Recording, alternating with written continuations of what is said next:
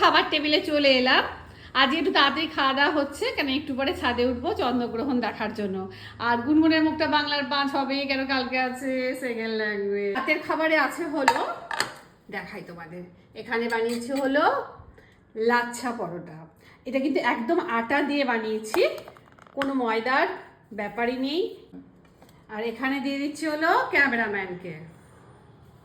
আর তার সাথে আছে হলো, আজকে বানিয়েছিলাম মাটন রেজালা। মাটন রেজালার সঙ্গে লাচ্ছা পরোটা খেতে দারুণ লাগে। চর্বি দেব না।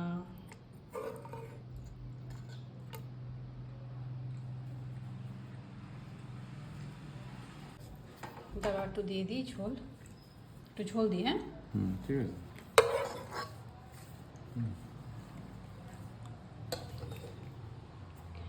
পরাঠা আর মাটন রেজালা দিয়ে হবে আমাদের রাতের খাওয়া দাওয়া। মাঝে মাঝে তো ডিফারেন্ট খেতেই হয়, তাই না?